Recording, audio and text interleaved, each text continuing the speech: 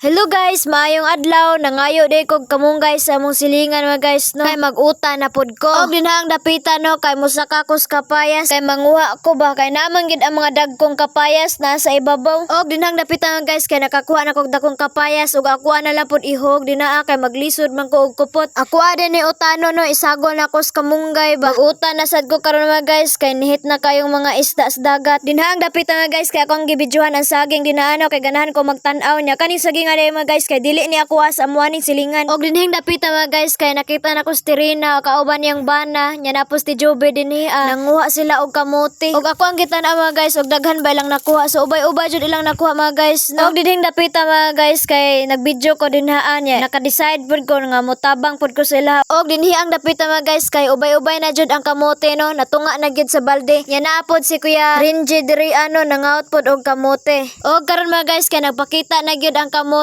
no umo kayo ang yuta nila dinhi mga guys og dagko kayo ang bunga inani kadako ilang kamote mga guys grabe jud kalami ani. Og dinhing dapita mga guys nanapod ko gikuha no so mao na pod din nanapoy another kamote grabe jud dagkuha ni mga guys basta ko gihan jud ka magtanom no na jud kay maani. Og naapod ay si Tijobe dinhi nga nangaut pod og kamote.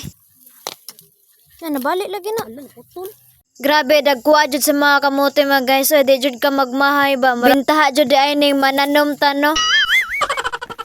O karon mga guys kahapit na jud mapuno ang balde. Og si Tijobe dre mga guys no naning kamot jud in town siya og pangamote kay aron makakuha siya kamote ba nya makabahin pud siya nya. Og karon mga guys ako ra day tigpunit sa kamote no mao na tig video.